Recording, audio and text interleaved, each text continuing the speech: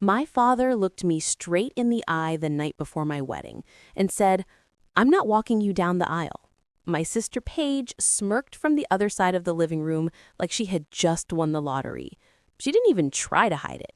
I stood there in my parents' house, still holding the small bouquet sample I had brought over, and felt something inside me go completely still.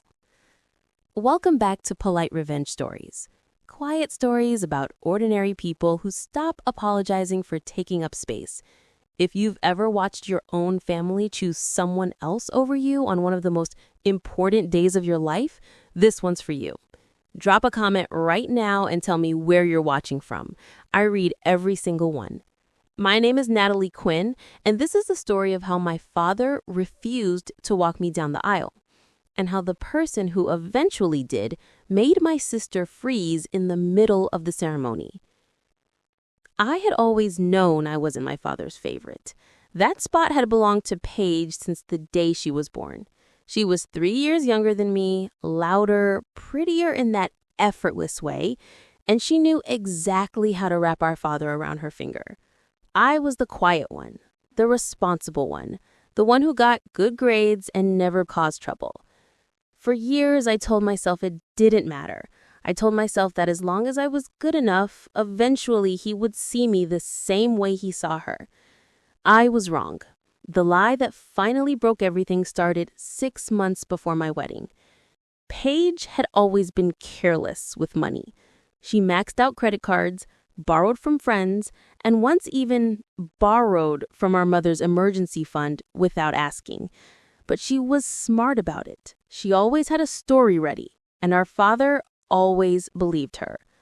A few months ago, Paige came to him crying. She told him I had asked her for money, a lot of money, to help pay for my wedding. She said I threatened that if she didn't give it to me, I would tell everyone she had been stealing from the family for years. It was a complete lie. I had never asked her for a single dollar. I was paying for most of my wedding myself with help from my fiance's parents. But my father believed her. He called me one evening, his voice cold in a way I had never heard before. "I know what you did, Natalie. I know you tried to blackmail your own sister. I'm disappointed in you." I tried to explain. I begged him to just ask Paige for proof, but he didn't want to hear it. "Paige would never lie about something like this," he said. "You've always been jealous of her. I should have seen it sooner." That conversation broke something between us that I don't think can ever be fixed. From that day on, my father barely spoke to me. He didn't come to any of the wedding planning dinners. He didn't ask about the dress or the venue. When I tried to talk to him, he would change the subject or simply walk away. Paige, on the other hand, was suddenly very involved. She would text me suggestions for flowers and music, always with a sweet little smile when we were in person. She knew exactly what she had done, and she was enjoying every second of it. The night before the wedding, I went to my parents' house to drop off some programs. I found my father in his study. Paige was sitting on the couch in the living room, scrolling on her phone. I took a deep breath and walked into the study.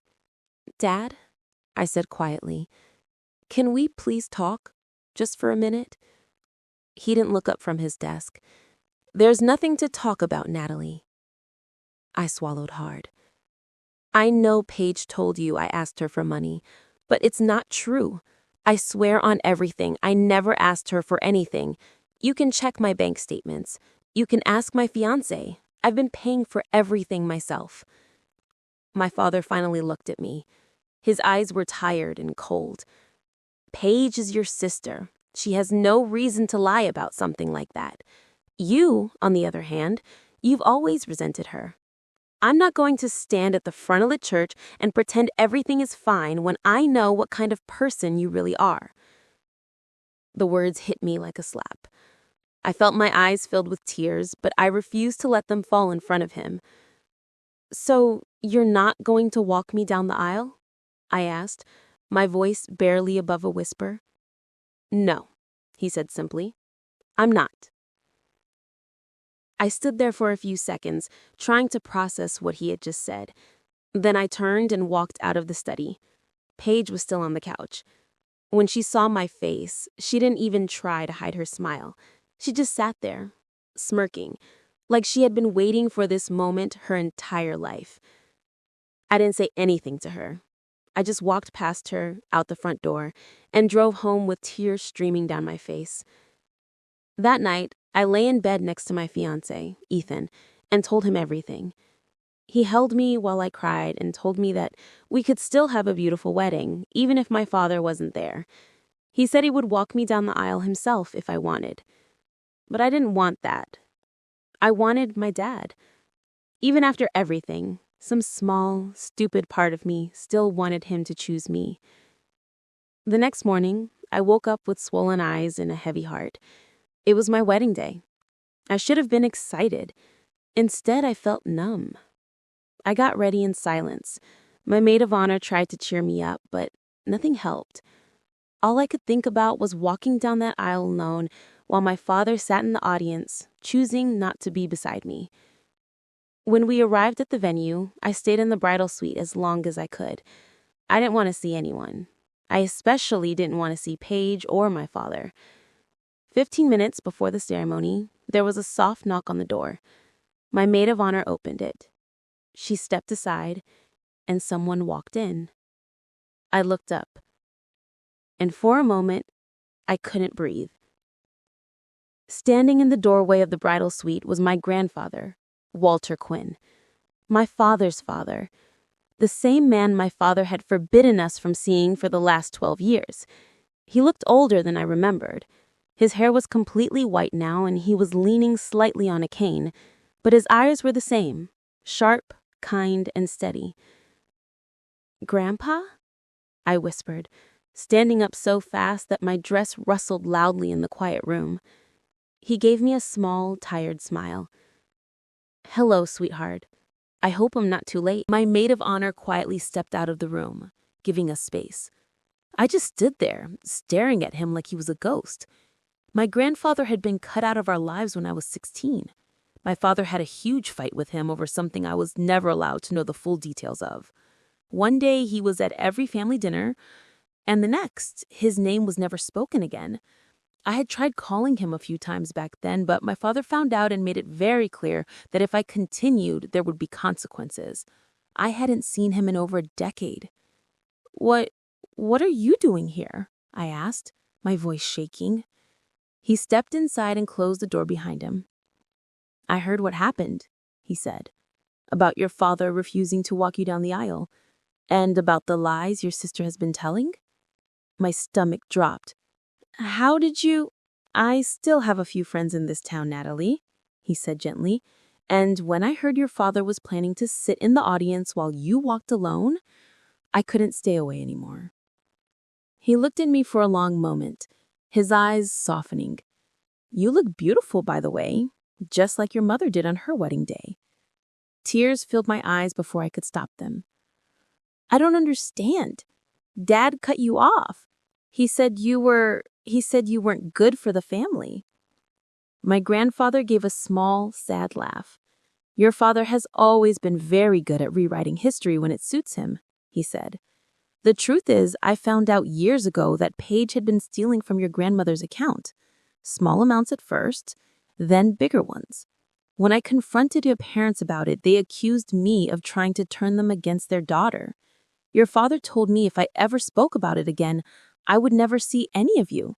So I left, because I thought staying quiet would at least let me keep some kind of relationship with you and your brother."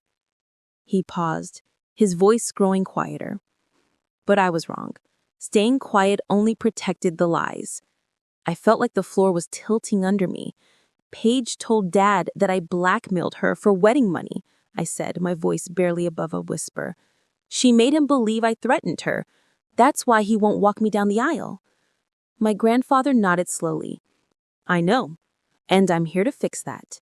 He reached into the inside pocket of his suit jacket and pulled out a small, old leather notebook. "I've kept records for years. Every time Paige asked your grandmother for money, every time something went missing. I didn't do it to cause trouble. I did it because I was worried about what would happen if no one ever stopped her." He held the notebook out to me. I'm not going to show this to everyone today. That's your decision. But I want you to know the truth is on paper if you ever need it." I took the notebook with shaking hands, but didn't open it. My grandfather stepped closer and gently placed his hand on my shoulder. "Natalie," he said, "I know I've been absent for a long time, and I know I can never make up for the years I missed, but if you'll let me, I would be honored to walk you down the aisle today." I stared at him, tears now freely running down my face. "You would do that?" I asked. He smiled, the same warm smile I remembered from when I was little. "There is nothing I would rather do." I didn't even hesitate. I nodded. "Yes," I whispered.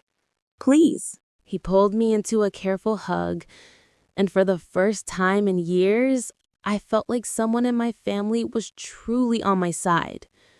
15 minutes later, the music started.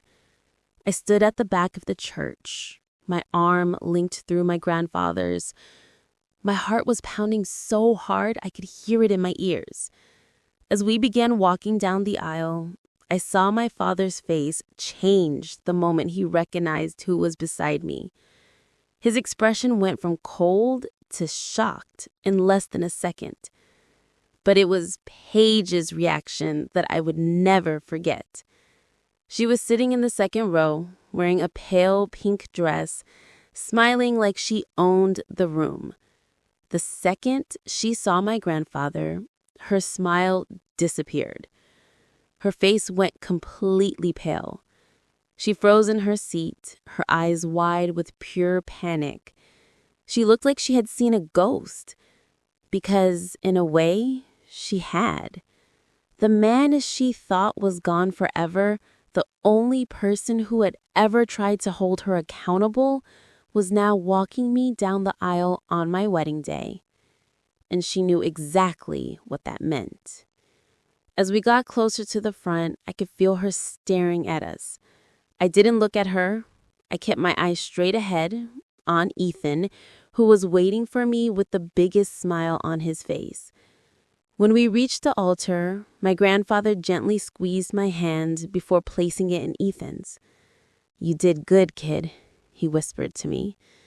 Then he turned and took his seat in the front row, right across from my father. I didn't look back at Paige, but I could feel her eyes burning into the back of my head for the entire ceremony. And for the first time in a very long time, I didn't feel small. I felt protected. The rest of the ceremony passed in a blur. I said my vows with a shaky voice, Ethan's hands holding mine steady the entire time.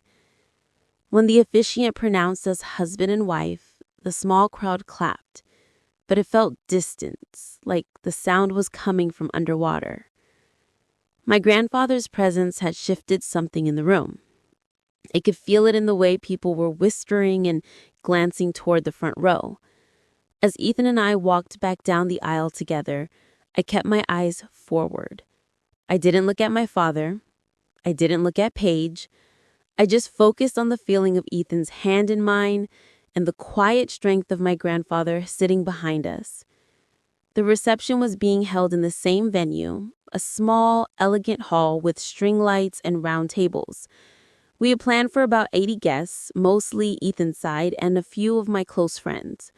My family had always been small, and after everything that happened, even smaller. We entered to cheers and applause.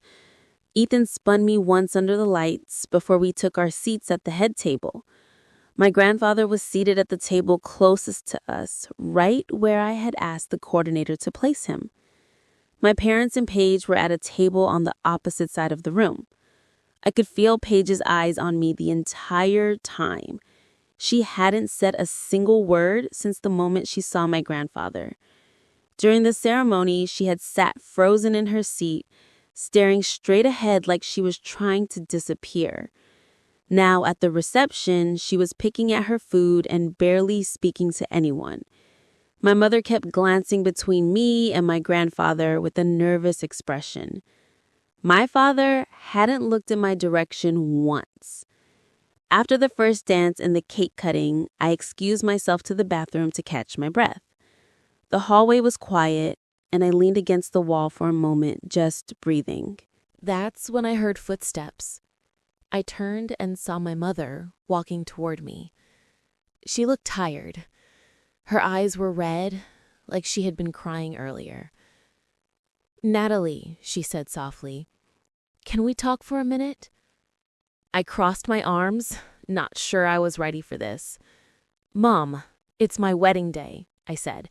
"Can it wait?" She shook her head. "I don't think it can. Not after what just happened." She stepped closer, lowering her voice. "Your grandfather, I didn't know he was coming. Your father is furious. He's been sitting there like a statue since the ceremony ended. And Paige..." She paused, her voice cracking. "Paige hasn't said a word. She's just staring at her plate." I felt a flicker of anger rise in my chest. "Dad refused to walk me down the aisle because of a lie Paige told him," I said. "And now you're worried about how they're feeling?" My mother looked down at her hands. "I know," she whispered. "I know we failed you.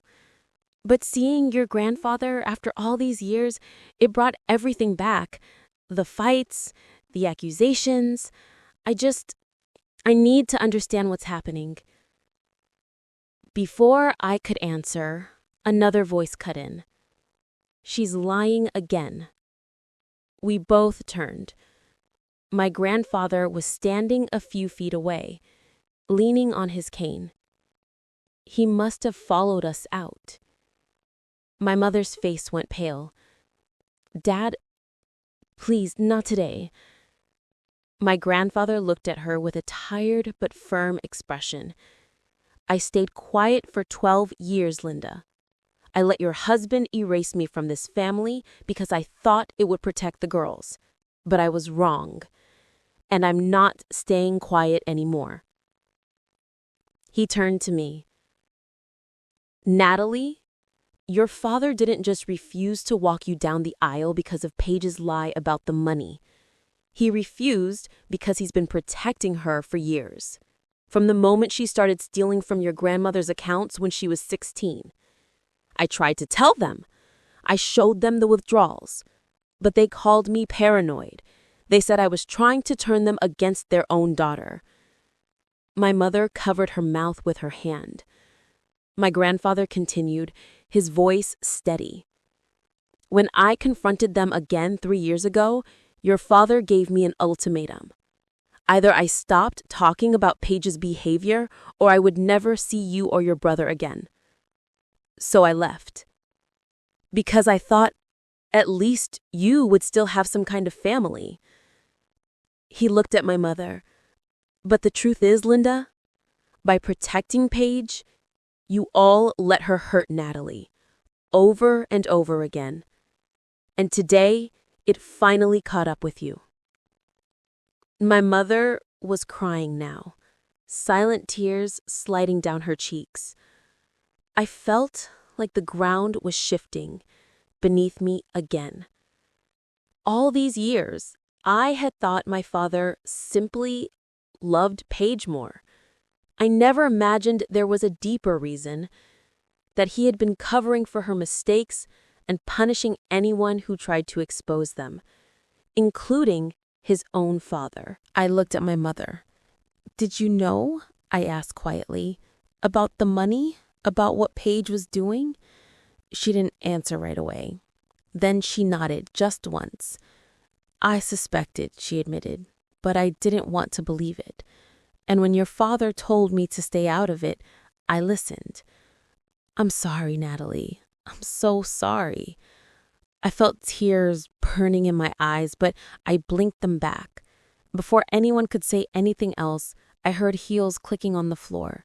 Paige was walking toward us from the reception hall. Her face was pale, but her eyes were sharp. She stopped a few feet away and looked directly at my grandfather. "You shouldn't be here," she said, her voice low and tight. "You were told to stay away." My grandfather didn't flinch. I was told a lot of things over the years, Paige. Most of them were lies. Paige's hands were shaking at her sides. She glanced at me, then back at him. "This is my sister's wedding," she said. "You're ruining it." I let out a short, bitter laugh. "You already ruined it, Paige. The second you lied to Dad about me blackmailing you. The second you made sure he wouldn't walk me down the aisle. Don't stand there and pretend you care about my wedding now." Paige's face twisted. "You don't understand anything," she snapped. "You never did. You were always the perfect one, the one everyone respected. I just wanted—" She stopped herself, breathing hard. My grandfather stepped forward slightly. "What you wanted doesn't justify what you did," he said calmly. "Not to your sister, not to this family." Paige looked like she wanted to say more, but something in my grandfather's expression made her stop. She turned on her heel and walked back toward the reception, her shoulders stiff. The hallway fell silent again. My mother wiped her eyes and looked at me. "I don't know how to fix this," she said honestly, "but I want to try, if you'll let me." I looked at her for a long moment. "I need time," I said, "and I need you to stop protecting Paige at my expense. That's where it starts." She nodded slowly. My grandfather placed a gentle hand on my shoulder. "You don't have to decide anything tonight. Today is still your wedding day. Go back in there, dance with your husband, enjoy what you can." I took a deep breath and nodded. As I walked back toward the reception, I could feel the weight of everything that had just been said pressing down on me. My family had been lying to me for years, and the worst part was I wasn't even surprised. I walked back into the reception hall with my heart still pounding from the conversation in the hallway. The music was playing, people were laughing and dancing, and the string lights glowed warmly above the tables. On the surface, everything looked normal, but nothing felt normal anymore. Ethan was waiting for me near our table. The moment he saw my face, his smile faded a little. "You okay?" he asked quietly, pulling me close. I nodded, even though I wasn't. I just needed some air. He didn't push. He simply took my hand and led me onto the dance floor for a slow song. I rested my head against his chest and tried to focus on the feeling of his arms around me instead of the storm happening inside my head. Across the room, I could see my parents sitting stiffly at their table. My mother kept dabbing at her eyes with a napkin. My father hadn't touched his food. Paige was staring down at her plate, her jaw tight. My grandfather, on the other hand, was sitting calmly at his table, talking quietly with one of Ethan's aunts like nothing was wrong. I felt torn in two. Part of me wanted to walk over to my parents' table and scream at them for all the years they protected Paige while letting me feel invisible. Another part of me just wanted to pretend tonight never happened and enjoy what was left of my wedding day. But pretending had never worked for me before. It had only made things worse. After the song ended, Ethan and I sat down. My grandfather caught my eye from across the room and gave me a small, reassuring nod. I tried to smile back. A little while later, I excused myself again and stepped outside onto the small patio behind the venue. The night air was cool, and I wrapped my arms around myself, staring out at the parking lot. I heard the door open behind me. It was my father. He stood there for a moment, not saying anything. His tie was loosened, and he looked older than I had ever seen him. The confident, stern man I had always known seemed smaller somehow. "Natalie," he said finally, his voice rough. "Can we talk?" I didn't turn around right away. "I don't know if I have anything left to say tonight, Dad." He stepped closer, stopping a few feet away. "I deserve that," he said quietly. "I deserve a lot worse than that." I finally looked at him. His eyes were red, like he had been fighting back tears for hours. "I saw your grandfather walk you down the aisle, and for a second I felt relieved, because at least someone was there for you, Someone who should have been me. I swallowed hard. Then why wasn't it you? I asked. Why did you believe Paige so easily? Why did you cut Grandpa out of our lives for years just because he tried to tell the truth? My father looked down at the ground. Because admitting the truth meant admitting I had failed as a father. Paige has always been difficult. Even when she was little, she would lie, manipulate, take things that didn't belong to her. Your mother and I kept hoping she would grow out of it. When your grandfather started showing us proof, we couldn't handle it, so we chose the easier path. We protected her, and we pushed him away. He paused, his voice cracking. And in the process, we pushed you away too. We made you feel like you didn't matter as much as keeping the peace. I told myself it was for the family, but really, it was because I was too much of a coward to face what was right in front of me. Tears slipped down my cheeks before I could stop them. Do you have any idea what it felt like to have my own father look at me like I was the problem? To be accused of something I didn't do and have no one believe me? I do now. And I'm so sorry, Natalie. I'm sorry for every time I chose her over you. I'm sorry for not walking you down the aisle. I'm sorry for letting you believe you weren't enough. He took a shaky breath. I don't expect you to forgive me. Not after everything. But I needed you to hear it from me. I was wrong. About all of it. I wiped my eyes with the back of my hand. I don't know what to do with that, Dad, I said honestly. I spent so many years trying to be good enough for you, and it was never enough, because the whole time you were protecting someone who was hurting me. My father nodded slowly, like the words physically hurt him. I know, he said, and I have to live with that. We stood there in silence for a long moment. The sound of music and laughter drifted out from inside. Before either of us could say anything else, the door opened again. It was Paige. She looked between me and our father, her face pale and tight. For the first time all night, she didn't look smug. She looked scared. Dad, she said, her voice small, can I talk to you? My father looked at her for a long moment. Then he looked back at me. I think you and I have said everything we needed to say for tonight, he told me quietly. But this conversation isn't over. Not for me. He turned and walked back inside, leaving me and Paige standing on the patio alone. Paige didn't say anything at first. She just stood there, arms wrapped around herself, staring at the ground. Finally, she spoke. I didn't think he would actually come, she said, her voice barely above a whisper. Grandpa, I thought he was gone for good. I didn't reply. Paige looked up at me. Her eyes were glassy.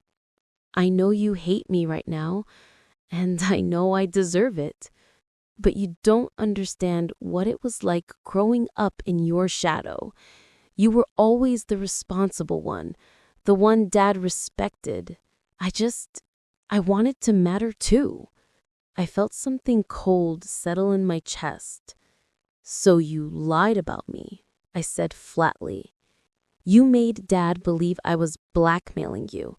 You made sure he wouldn't walk me down the aisle on my own wedding day. All because you wanted to matter? Paige's face crumpled. I didn't think it would go this far, she whispered. I panicked. When Grandpa showed up, I knew everything was going to come out. She took a small step toward me. Natalie, please. I'm your sister. We can fix this. We can... No, I said, cutting her off. My voice was steady even though my hands were shaking. We're not fixing anything tonight, Paige. You don't get to stand here and ask me to understand after what you did. Not after years of lies. Not after tonight. Paige's eyes filled with tears. I'm sorry, she said, her voice breaking. I looked at her for a long moment. Sorry doesn't undo what you broke, I said quietly. And right now, I don't have anything else to give you. I turned and walked back inside, leaving her standing alone on the patio. As I stepped into the warm light of the reception hall, I saw Ethan waiting for me near the door. He took one look at my face and pulled me into his arms without asking any questions. I let myself lean into him, breathing in the familiar scent of his cologne.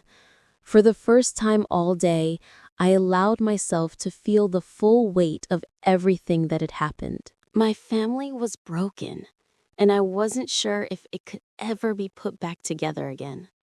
The rest of the reception felt like I was watching it from underwater. I smiled when people came up to congratulate us. I danced with Ethan during the slow songs. I even cut another small piece of cake when the photographer asked. But inside, I felt hollow. Every time I glanced across the room and saw my parents sitting in silence or Paige staring at her untouched plate, the weight in my chest grew heavier. My grandfather stayed until the very end. He didn't try to force any big conversations. He simply sat there, calm and steady, like an anchor I didn't know I still had. Every now and then, our eyes would meet, and he would give me a small nod, the kind that said, "I'm still here." When the last guests finally left and the venue staff started clearing tables, Ethan and I stood near the entrance saying goodbye to everyone. My mother approached us first. Her eyes were swollen, and she looked like she had aged 10 years in one night. "Natalie," she said quietly, "your father and I are heading home. I wanted to say congratulations again, and I'm sorry. For everything." I didn't know what to say, so I just nodded. She hesitated, then added, "If you ever want to talk, really talk, we're here. No excuses this time." Then she turned and walked away before I could respond. My father didn't come over. He stood near the door waiting for her, his hands in his pockets and his head down. For the first time in my life, he looked small. Paige had already left. She slipped out quietly during the last dance without saying goodbye to anyone. When it was just Ethan, my grandfather, and me left, I finally let myself breathe. My grandfather walked over and gently squeezed my shoulder. "You did beautifully today," he said. "Not just the ceremony, the way you carried yourself through all of it." I felt my eyes sting again. "I don't feel beautiful," I admitted. "I feel tired and angry and confused." He nodded like he understood completely. "That's normal. You've been carrying a lot of weight that was never yours to carry. It's going to take time to put it down." Ethan wrapped his arm around my waist and pulled me close. "We're going to go home now," he said gently. "But thank you for being here today. It meant everything to both of us." My grandfather smiled. I wouldn't have missed it for the world. He gave me one last hug before we parted ways. As I watched him walk slowly to his car, I felt something shift inside me. For years, I had believed my grandfather was gone from my life forever. Tonight, he had shown up when no one else would. That mattered more than I could put into words. The drive home was quiet.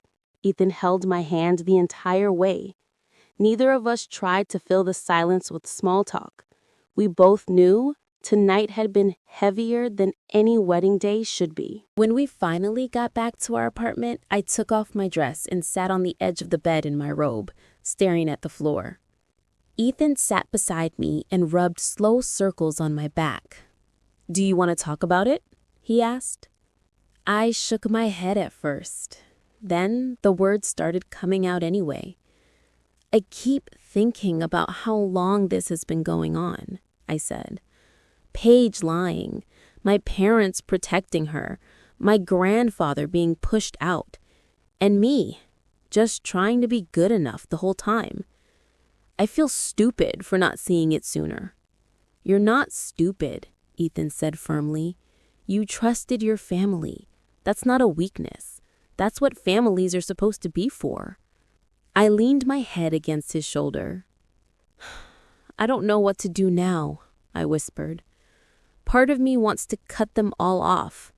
Another part of me keeps thinking about my mom's face tonight. She looked broken. And my dad, I've never seen him look like that before." Ethan was quiet for a moment.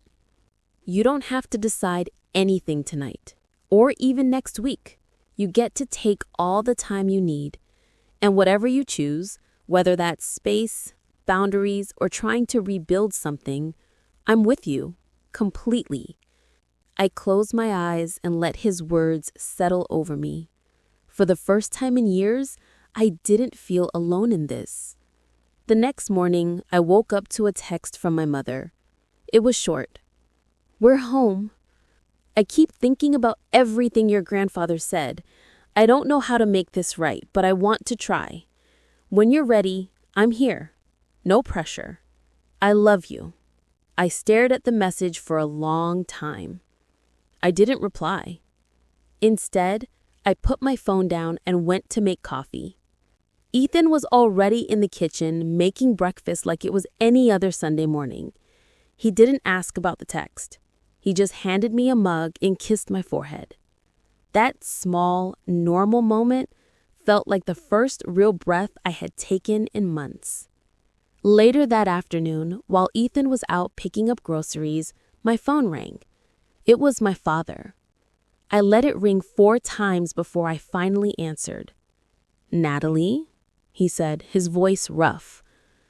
"I know you probably don't want to hear from me right now, but I needed to say this." I stayed silent, waiting. I've spent the last 12 years protecting the wrong person, and in doing that, I hurt the one who never gave me a reason to doubt her. You didn't deserve any of this. Not the lies, not the way I treated you, not walking down that aisle alone. His voice cracked on the last word. "I don't know if you can ever forgive me. I don't even know if I deserve it. But I needed you to hear it from me. I was wrong about everything." I felt tears slip down my cheeks, but I didn't wipe them away. "I need time, Dad," I said quietly. "And I need you to stop protecting Paige at my expense. If you can't do that, then there's nothing left to say. I understand. Take all the time you need. I'll be here." After we hung up, I sat on the couch for a long time, staring out the window. My family was finally saying the words I had waited years to hear. But for some reason, they didn't feel as healing as I thought they would. Because deep down, I still didn't know if I could ever fully trust them again. And that uncertainty scared me more than anything else. 3 months had passed since my wedding day. Spring had fully arrived in our small town in upstate New York, and the trees outside our apartment were finally turning green again. Life had settled into some kind of normal. I was still teaching at the elementary school, Ethan was busy with his new promotion at work, and our little apartment had started to feel like home. But some things were still broken. I hadn't seen my parents since the wedding. We texted occasionally, short, careful messages about the weather or how work was going. Nothing deep, nothing real. My mother kept saying she was giving me space, and I appreciated that. My father had stopped trying to call every week. I think he finally understood that I needed time, not pressure. Paige had disappeared completely. She hadn't reached out once, not a single text, not even a fake apology. Part of me was relieved. Another part of me still felt the sharp sting of what she had done. I wasn't sure which feeling would win in the end. The only person from my family I had stayed close with was my grandfather. He came over for dinner almost every Sunday. Sometimes we just sat on the couch and talked about nothing important. old movies, his garden, the books I was reading to my students. Other times, we talked about the hard things, about the years he had missed, about the lies that had torn our family apart. He never pushed me to forgive anyone. He simply listened. One quiet Sunday evening, after Ethan had gone to bed early, my grandfather and I sat on the back porch of our apartment with cups of tea. The air was cool and the street was mostly silent. He looked over at me and smiled gently. "You've been quiet tonight," he said. "Everything okay?" I stared down at my tea for a moment before answering. "I keep thinking about Dad," I admitted, about how he looked at the wedding, how small he seemed. And I hate that part of me still feels sorry for him, even after everything. My grandfather nodded slowly. "That's because you're a good person, Natalie. You always have been.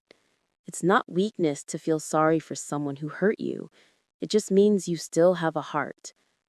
I was quiet for a few seconds. "I don't know if I can ever fully trust them again," I said honestly. "Not after all the years they chose Paige over me. Not after the way Dad looked at me like I was the problem on my own wedding day." My grandfather reached over and gently placed his hand over mine. "You don't have to decide that right now. Or ever, if you don't want to. Some relationships can be repaired, others can only be mourned. You get to choose what feels right for you." I looked at him, my eyes stinging. "You came back," I said softly, "when no one else would. You walked me down the aisle even though Dad had cut you out of our lives for years. I don't think I've ever thanked you properly for that." He smiled, his eyes a little glassy. "You don't need to thank me, sweetheart. I should have been there all along. I let fear and silence keep me away for too long. But I'm here now, and I'm not going anywhere again." We sat in comfortable silence for a while, listening to the crickets in the grass. After a few minutes, he spoke again, his voice quieter. "Your sister called me last week." I stiffened. "What did she say?"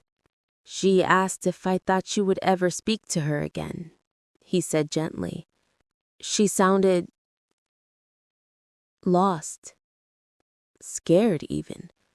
I told her that wasn't my decision to make, that she needed to face what she did and give you the space you asked for. I didn't know what to feel. Part of me was glad she was finally feeling the weight of what she had done. Another part of me just felt tired." "I don't hate her," I said after a long moment. "I thought I would, but I don't. I don't want her in my life right now. Maybe not ever. And I'm okay with that." My grandfather nodded. "That's your choice. And it's a valid one." I looked up at the stars scattered across the sky and took a deep breath. For so many years, I had tried to be the daughter my father wanted, the sister Paige needed me to be, the one who stayed quiet, who didn't make waves, who kept the peace. And in the end, it almost cost me everything, including my own sense of worth. But on my wedding day, when I walked down that aisle with my grandfather beside me, something inside me had finally clicked into place. I didn't need their approval anymore. I didn't need them to choose me, because I had already chosen myself. And that was enough. If you've ever been pushed aside by your own family, made to feel like you were the problem, or forced to watch someone else be protected while you were left standing alone, drop a comment right now and tell me where you're watching from. I read every single one. You know, after everything that happened, I've learned something important. Sometimes the people who are supposed to love us the most are the ones who hurt us the deepest. And when that happens, it's not our job to keep shrinking ourselves to make them comfortable. It's okay to step back. It's okay to protect your peace. And it's okay to let some relationships stay broken if fixing them would only break you in the process. I still don't know what the future holds with my parents. Maybe one day we'll find a way to rebuild something real. Maybe we won't. But either way, I'm no longer waiting for them to finally see me, because I see myself now.